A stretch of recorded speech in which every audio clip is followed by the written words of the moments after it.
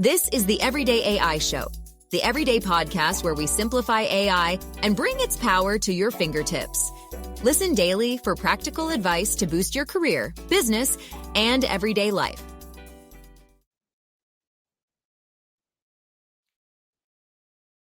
How can we use AI in an area like fundraising, right? Nonprofits, non-government agencies, they can use this. This is actually something near and dear to my heart. I spent 10 years working at a nonprofit, so I'm extremely excited to talk about today how we can use AI in fundraising. So welcome. My name's Jordan Wilson. I'm the host of Everyday AI. This is your daily live stream podcast and free daily newsletter helping everyday people learn and leverage AI, right? I know there's so many people who work in this industry who want to hear some secrets from our guest today. So give us a couple minutes. But first, we're going to go over the daily AI news. It's something we do every single day. This is how we keep up, y'all. We talk about it. All right, so let's start at the top. If you're not getting good results in AI, maybe you should be nice to your AI chatbots and coach them through it. So a new Google DeepMind study has some surprising results. So they found that the phrase, take a deep breath and work on this problem step by step, that was found to be the most effective prompt when using Google's own Palm 2 large language model. And using that and saying, hey, breathe and take it step by step, it caused math scores to soar. Pretty interesting. I believe I read this a couple of months ago and I've been using this myself. So it's cool to see there's some actual data or science behind it. All right. So is there a new AI startup ready to take on Microsoft in the health field? All right. A new startup called Cordy APS, I believe is the name. Yeah, that's it. They are a medical software startup and they've raised $60 million to develop an AI-powered system to automate paperwork for hospitals and health networks. So they'll also be competing with like the large language model we just talked about, Google's Palm 2. All right, last piece of news for the day. The medical field has another tool in the fight to predict genetic diseases. Google DeepMind recently, released or developed a new AI tool to help in identifying these genetic diseases. It is called Alpha Missense, and it can predict whether DNA mutations are likely to cause genetic diseases or not. It's always fascinating, and I've talked about this on the show, sectors that are really embracing AI technology and those that aren't. The medical field is doing some amazing things with AI technology and disease prevention. You love to see it. But you probably came here to see something else. You probably came here to talk about fundraising.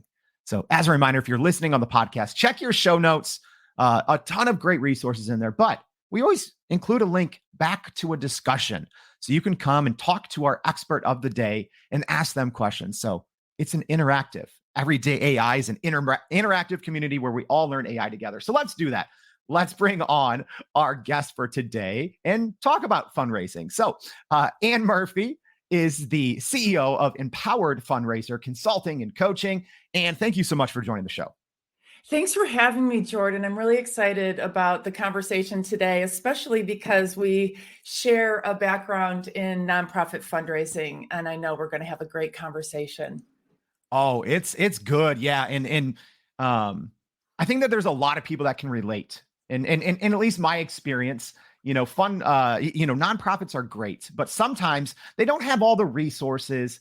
They don't have all the funds, obviously. And unfortunately, even with technology, things can kind of be behind. So, and I'm curious, what do you kind of just do? Just kind of lay the groundwork and talk a little bit about what you do at Empowered Fundraiser.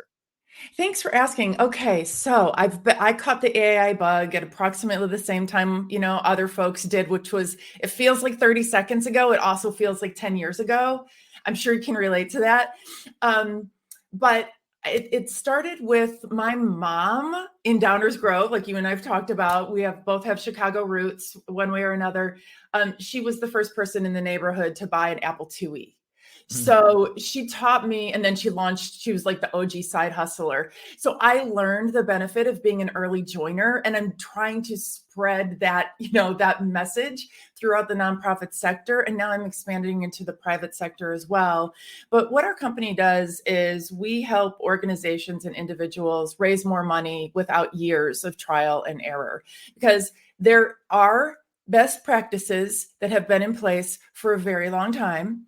But as you know, the world has changed, and some of those best practices are really outdated. So we bring we're all practitioners. I have 12 subject matter experts, and we bring what's really working today. We do consulting, coaching, and we offer very large professional development programs for higher ed.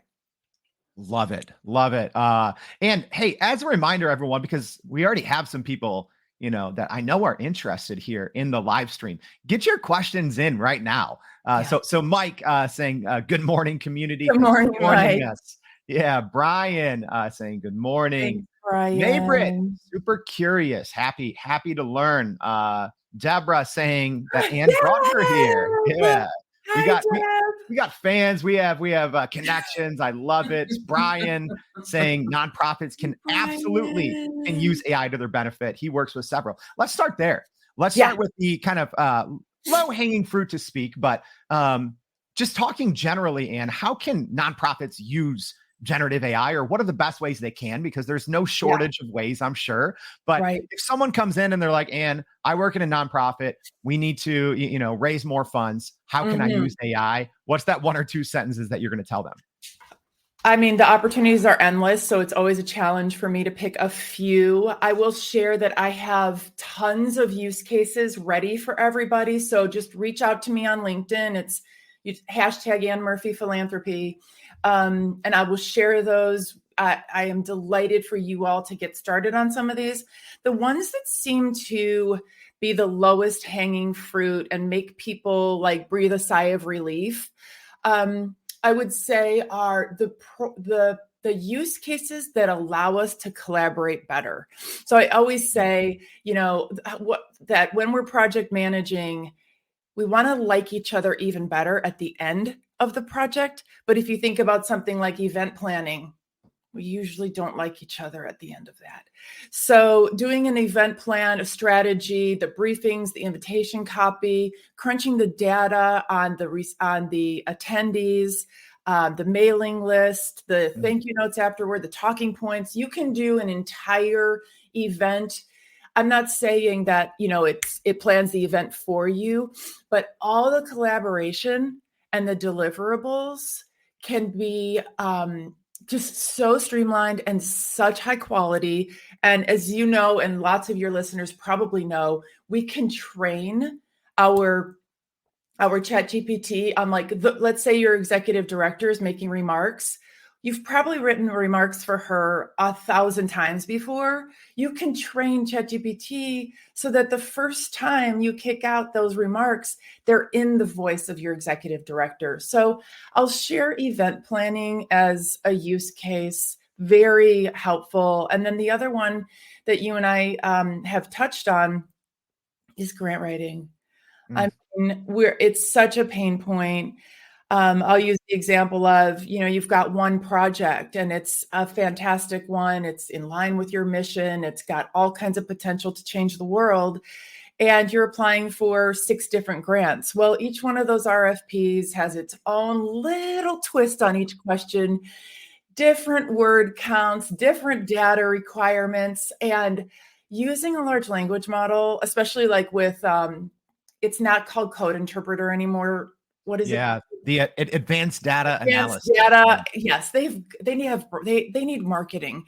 They need some branding work, but especially with the advantage of all of the technology associated with ChatGPT and OpenAI, things like grant applications can be a breeze.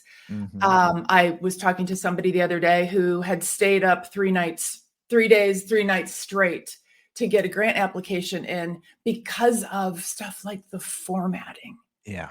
We don't need to do that. We have passion glasses in the nonprofit sector.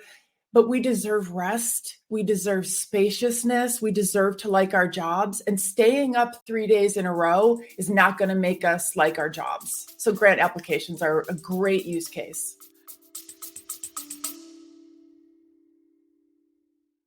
Are you still running in circles trying to figure out how to actually grow your business with AI?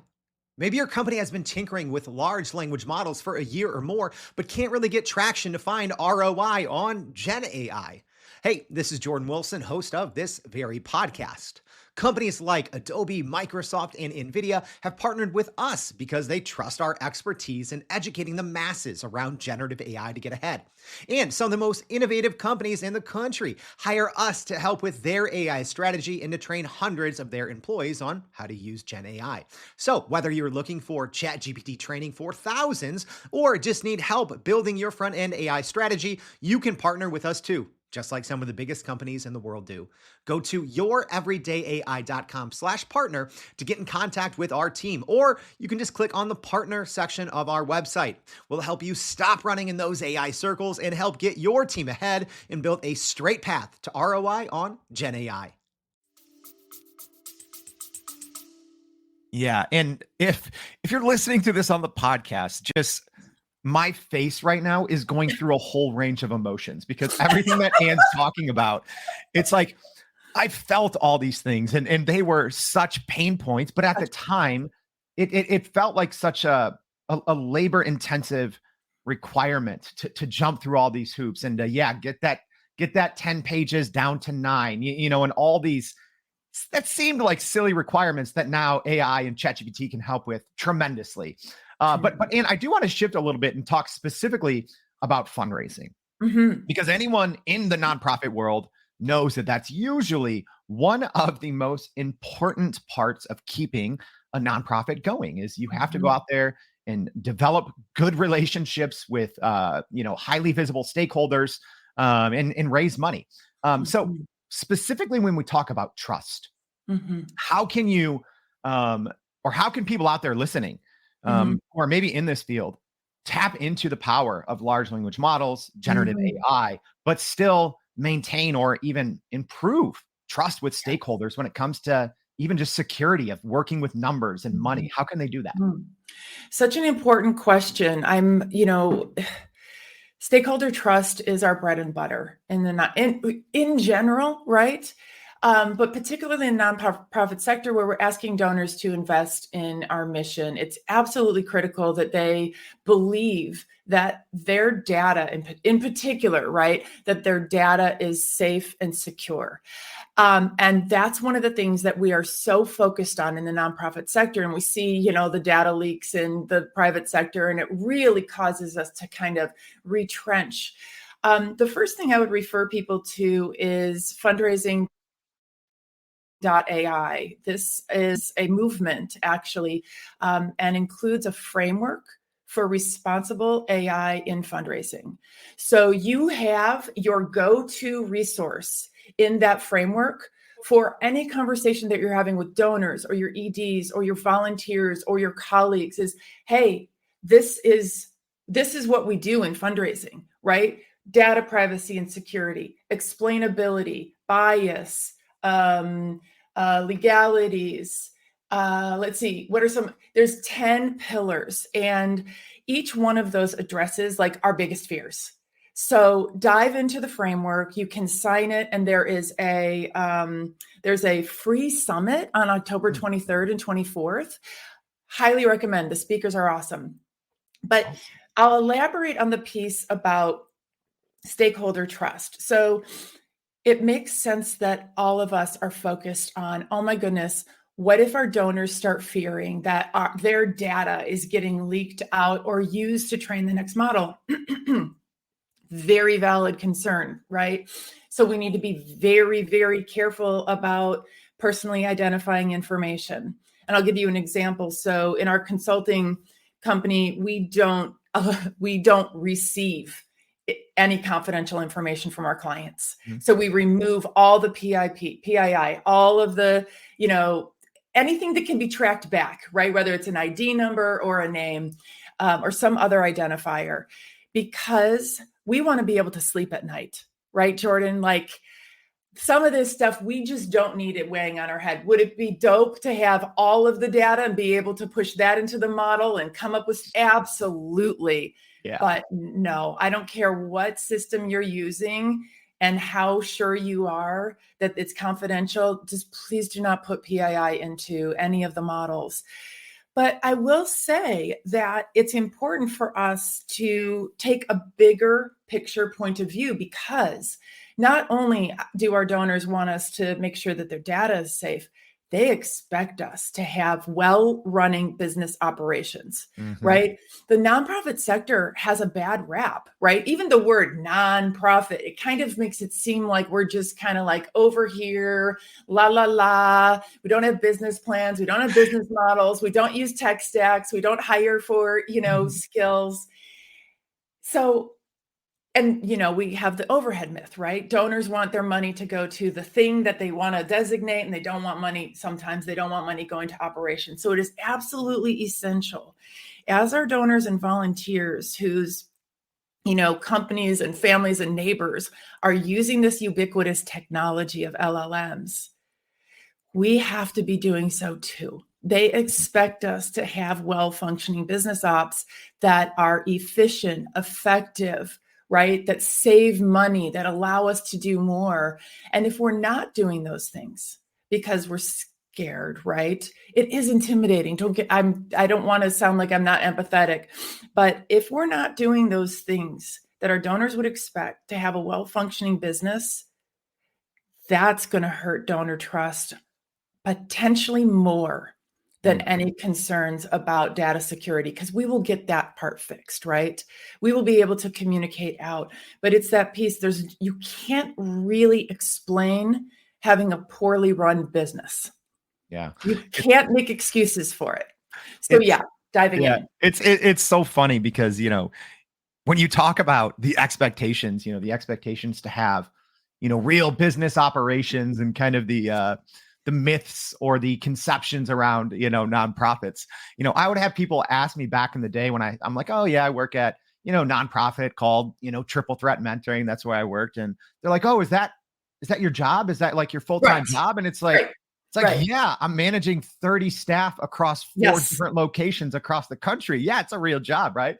Speaking of nonprofits, hey, there's so many people, Brian's talking about, he's currently working, pillars for a Friends of the Library org. Bronwyn is talking, says, wow, this is amazing. I volunteer in an animal welfare nonprofit. So great, comments, but a question from our audience here. So Douglas Ann is asking, what recommendations do you have to tailor AI?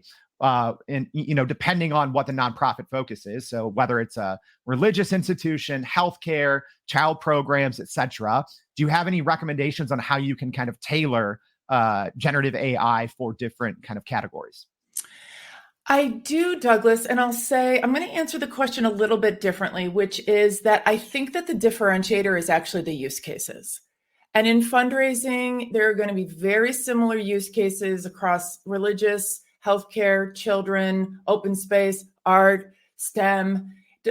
Every single nonprofit has to do a certain, probably about 80% of the same things, right? You're going to apply for grants. You're going to communicate with donors. You're going to do stewardship. You're going to do events. You're going to do impact reports. You're going to work with your board.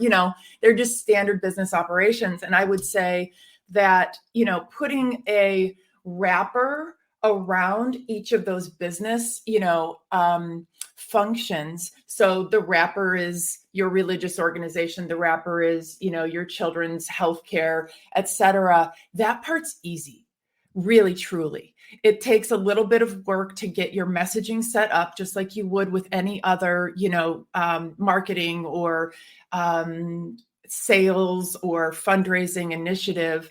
But really, it's about the use cases and perfecting those processes, whether it's like the workflow, right? How do you work across your organization? How do you work in your verticals?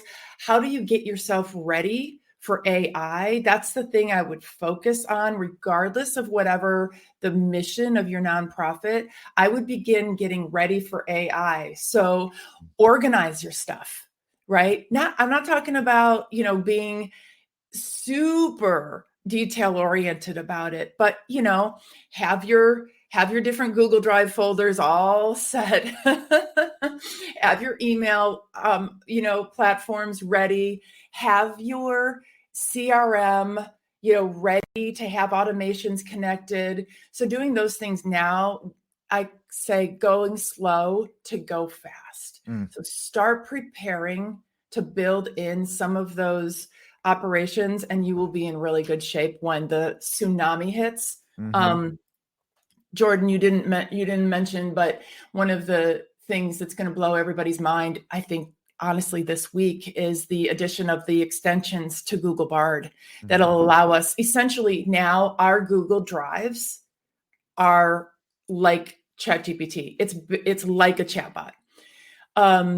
And I think for those in the nonprofit, if you're not using Google and you're using Microsoft, you'll need to wait a little while for Copilot to come out. But once it does, you'll have the same thing. Yes. I can't wait for that. And it's actually pure coincidence that I'm showing a comment right now from someone that works in Microsoft philanthropy. That's beside the point. But one thing that you said there, and which is so fascinating, go slow to go fast. And there can't be a truer statement, I think, when it comes to generative AI and large language models. It's something that we teach all the time in our Prime Prompt Polish, our free PPP course, is if you just want generative AI to be a shortcut, that's not how it works. You do have to put in a little bit of work up front, kind of going to Douglas's point about, kind of creating these different, wrappers. Like, you have to put the time in. So thanks for that question, Douglas. That was great. And we actually have another question from a former Everyday AI guest, which you got to go check out Yogesh's show. It was amazing. But and what? So Yogesh is asking, what do you see as the future of fundraising? And I'm guessing, kind of inferring as it pertains to AI. As it pertains to AI. So I do predict the same thing that folks are talking about in the other sectors, which is that the folks who are not using AI will their jobs are going to fade away. And so while, you and I were joking about that, when you go to college, a lot of, the professors are rumored to say, look to your right, look to your left, and only one of you or something like one of the three of you will still be here in 6 months. I do not like being a doomsayer, but I will say that all signals indicate that we are not going to need as many of us in marketing, right? Hi, Tyler. We're not going to need as many of us in marketing. And so some of those jobs will fade away. And my passion is for folks who currently are in marginalized groups to seize the power of this technology and be the leaders in AI, right? Be the one to raise your hand and say, I want to be on the AI Council, right? I want to go to this, $27 training. I'm going to watch Jordan's show every single morning, and I'm going to become the person that people go to. So I'm super passionate about the power structure in nonprofit. And to Yogesh's question, I do believe that the power imbalance is going to right itself a little bit, right? We've got donors, we've got EDs, we've got fundraisers. We've always perceived it to be like this. I believe that this is going to provide the fundraisers the opportunity to work on common ground, because we're going to be such efficient leaders and communicators about our organization. We're going to stand out. Yeah. But the future of fundraising, let me say one more thing about that is I do believe that the future of nonprofit fundraising workforce will absolutely require that we embrace AI. Gen Z is not joining organizations that are old school. So, we talk about donor retention. I'm talking about, our workforce retention. We have to make this an attractive career path. It's not an attractive career path if we're sitting around saying we're not going to use AI. So dive in. This is a recruiting tool. You're giving people the opportunity to rise above. Do it. Get Gen Z on board. Such a good point, Ann, because that's another struggle I would say from our, from my background, being the executive director of operations for a nonprofit is one, fundraising, and two, attracting a lot of times, like you want to bring in kind of the next generation of passionate employees who can help push your organization forward. It's two huge issues, and I love that you addressed both of them right there. So we've been a little bit all over. I think we've uncovered so many great pieces of insights and intel in this conversation. But what would your one last takeaway be? So you've piqued someone's interest, and they're like, okay, we talked about a lot. Someone's in a nonprofit. What's your one piece of advice for them to start using generative AI today in their nonprofit organization? So we did this yesterday in a training. Make a list of the things that you don't like to do, and then make a list of the things that you do like to do. In the list of things you don't like to do, it's going to be a bunch of stuff that a large language model can help you with, right? It's going to be the grant writing, the grant application rewriting, the letters, the routine communication, the writing the newsletter and hitting the deadline. So make a list of the things that you don't like doing. Again, this goes back to retention. You deserve to like your job. You deserve to like your job. You dive in with one example of addressing something that you don't like to do. I would love, and Jordan, I'm sure this happens with you, I would love to hear from any member of your audience about a use case that they've decided to dive into. Like DM me on LinkedIn. Let me know. Did you start with an annual fund letter? Did you start with an impact report? Beautiful use case.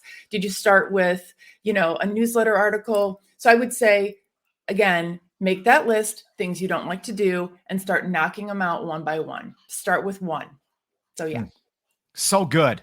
Yeah. It's similar advice I always give out is don't pay attention to all the, the shiny things that are going on in the world of AI. See where you're spending your time, and see where those manual tasks are, especially in the nonprofit world. Those things stack up quickly, just because sometimes, access to technology and information is costly. And it's something nonprofits struggle with. Yes. Good point. And this is free. It's free. Yeah. Currently. Right. Yeah. That's currently it's free or extremely affordable, right? Like even something like ChatGPT Plus at $20 a month, even nonprofits on a budget, I think can afford that. So Ann, thank you so much for joining us. We covered a lot, Thanks for having me. Don't worry. We're going to be sharing a lot more in our daily newsletter.